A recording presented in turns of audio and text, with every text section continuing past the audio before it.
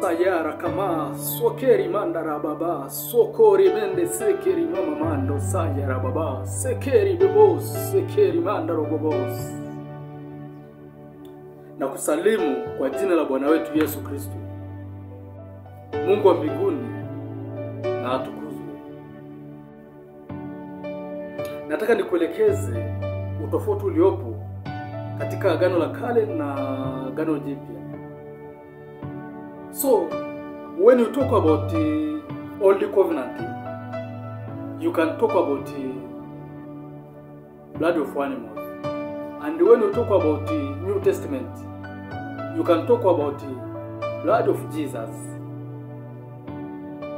Zamani zile ilikuwa watu ili waweze kutakasika, na ilikuwa watu ili waweze kumwendea Mungu.